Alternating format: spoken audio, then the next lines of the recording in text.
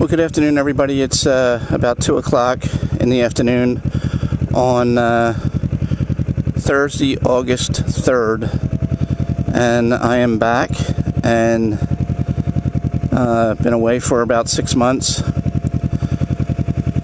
but decided to get out on the bike today. It's not the nicest day. It's overcast, as you can see on this video, but it's about 76 degrees, and it's a good day for riding. So I am starting this ride at the Cove in Cape May.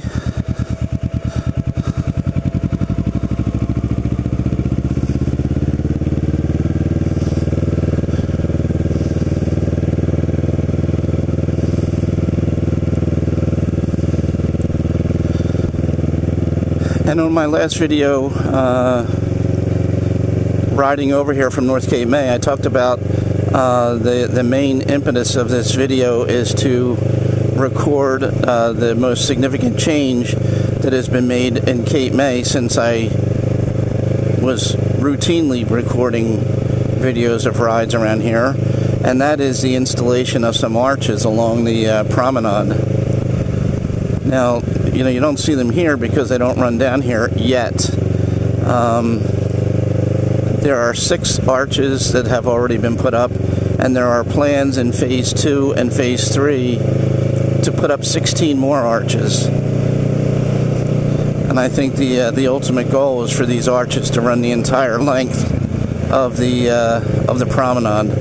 The promenade being that concrete walkway, raised concrete walkway to my right.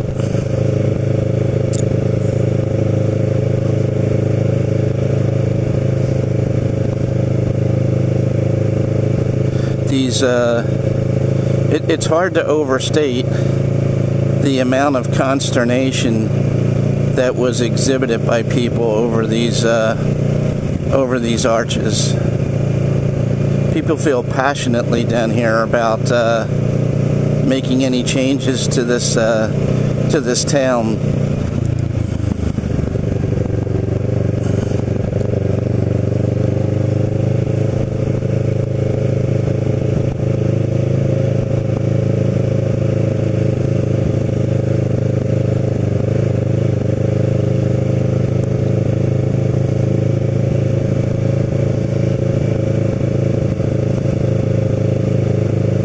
I haven't been spending as much time down in Cape May as I would like, which is the main reason why I haven't been making new videos, other than also the fact that really out of ideas for any fresh content.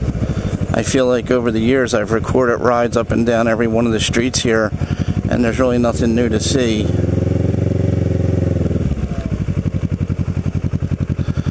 So up ahead on the right, if you look just beyond that next traffic light, or 2 traffic lights ahead, you can see the arches. I forget what those flags are called that are sort of half circle flags hanging above them. But there are only 6 up so far, and there are lights underneath them. Some people like the lights, some people hate the lights, saying it destroys the view.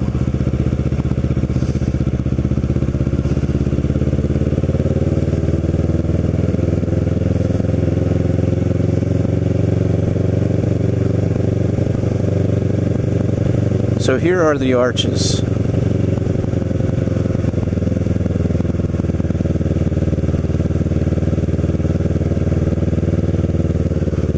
I don't know how visible it is on the video, but there are light bulbs, like incandescent light bulbs underneath the overhang.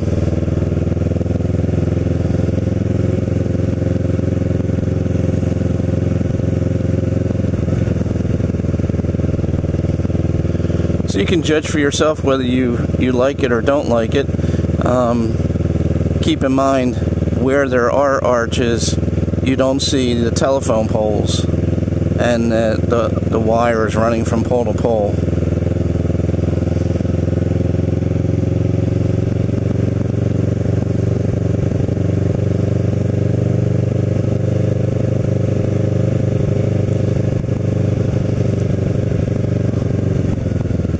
So this is the last arch, or the first arch, depending upon where you begin, but you can see ahead all the telephone poles and wires, which you don't see behind me.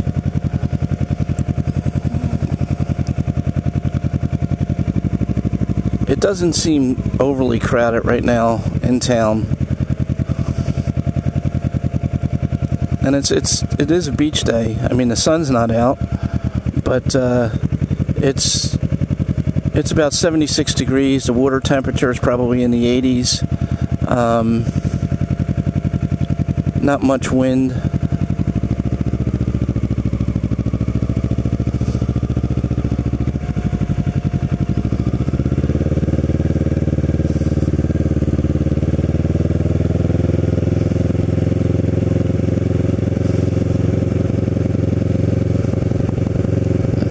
Just turn here.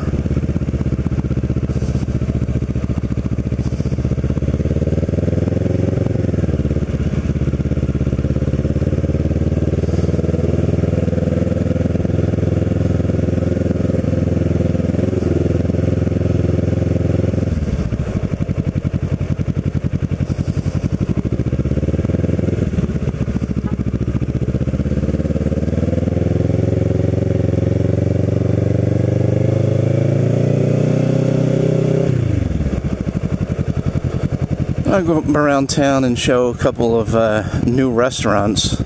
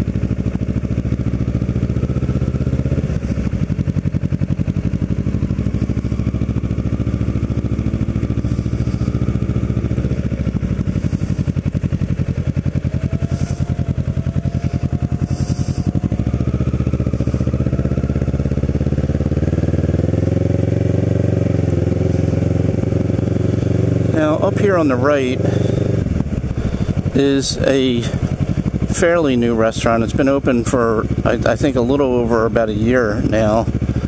And I don't think, my wife and I have not yet checked this out. This used to be the Marion Inn. And now it's the Cricket Club.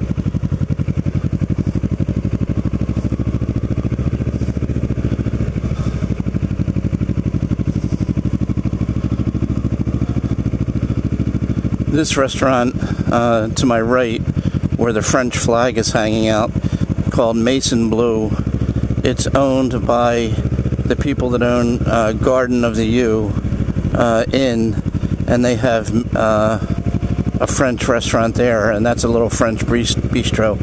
I've not dined there yet. My wife and I have not dined there yet either.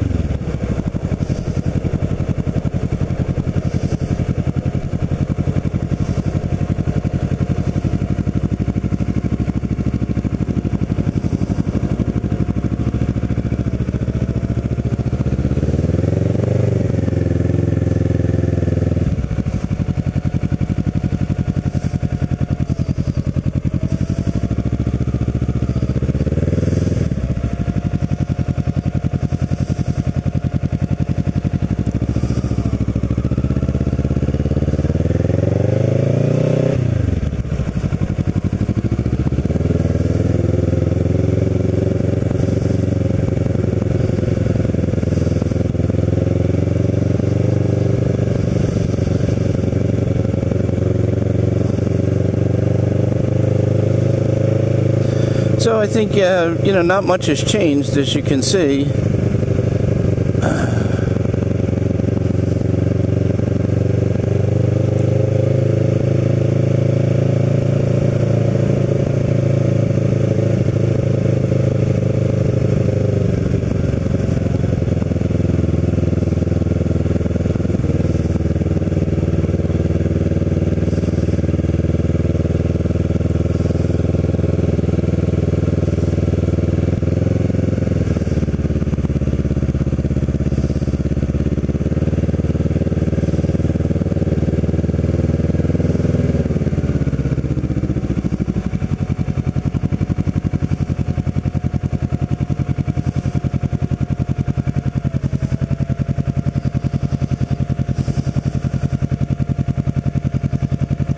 This area over to my right is called Washington Commons. This is Washington Street, and obviously that's the Washington Street Mall. But over on this side of the street, it's called Washington Commons.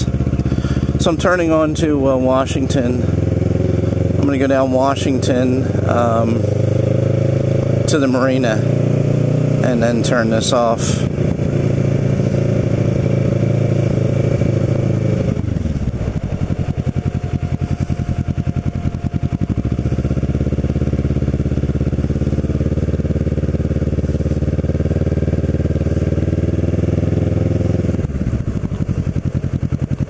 That's the U right there, Garden at the U. And I don't know how to describe that restaurant. Actually, it's not vegetarian, but it's if you are watching or listening or watching this video and you're interested, you can go on the internet and look up Garden at the U restaurant and look or hotel and look at the restaurant in there, and it's a very odd menu. Let's put it that way. And it's very, very pricey.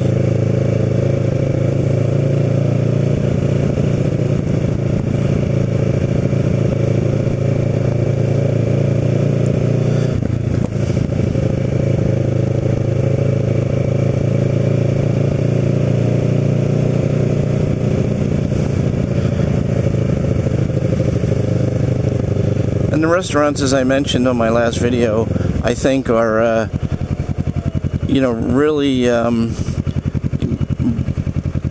being aggressive with respect to their pricing, trying to recover the losses I think that they sustained during the pandemic, and everything is extra. You go into places like Peter Shields or Washington Inn, or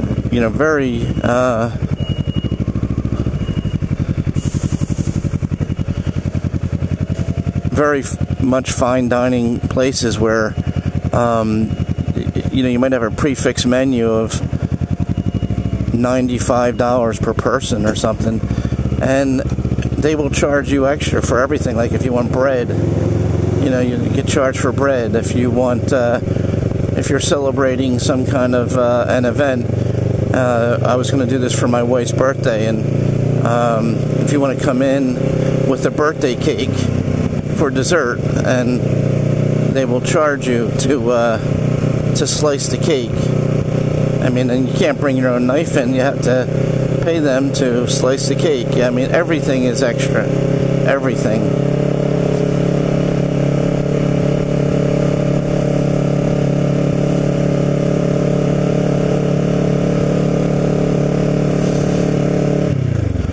So what they're doing is catering to the tourism part, which I guess is, from a business standpoint, what they need to do. But it really prices out the locals.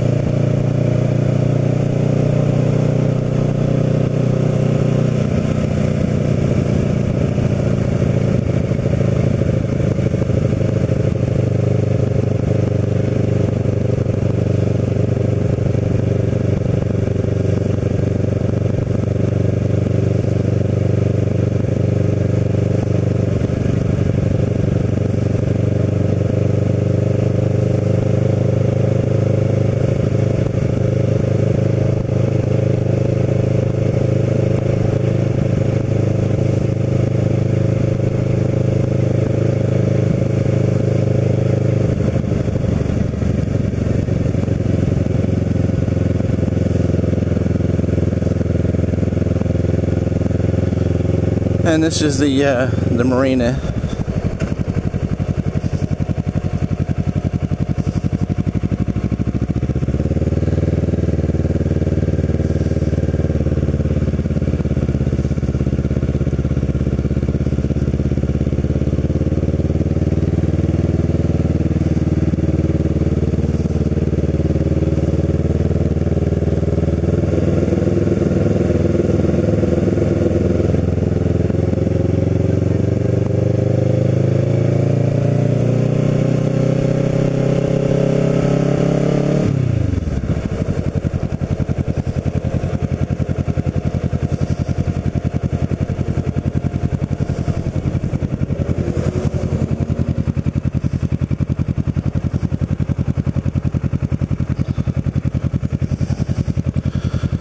And this place, Brine, is a new restaurant. It's owned by the Carrot Group that own George's Place and a few other restaurants down here. My wife and I have dined here. It's very good. I have no problem recommending that. It's primarily seafood, as you would suspect.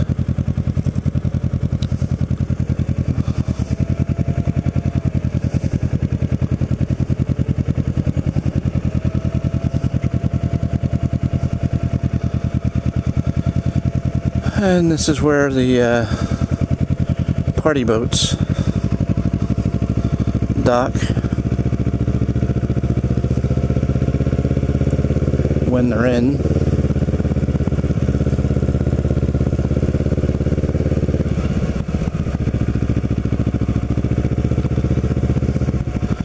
So I'm going to pull over here and stop this video here at this point. And I may as well record, as I always do, as long as I'm out the ride back home from here. So I'm just on the back side of the Lobster House, which is that building with the green awning at the marina. So take care. Thank you for watching. Thank you for your patience. If you're a long-term subscriber and you still watch this, I appreciate it. And I will try to be a little more active going forward, even if I don't have much to say, just riding around showing people the scene in Cape May. So take care. Thanks.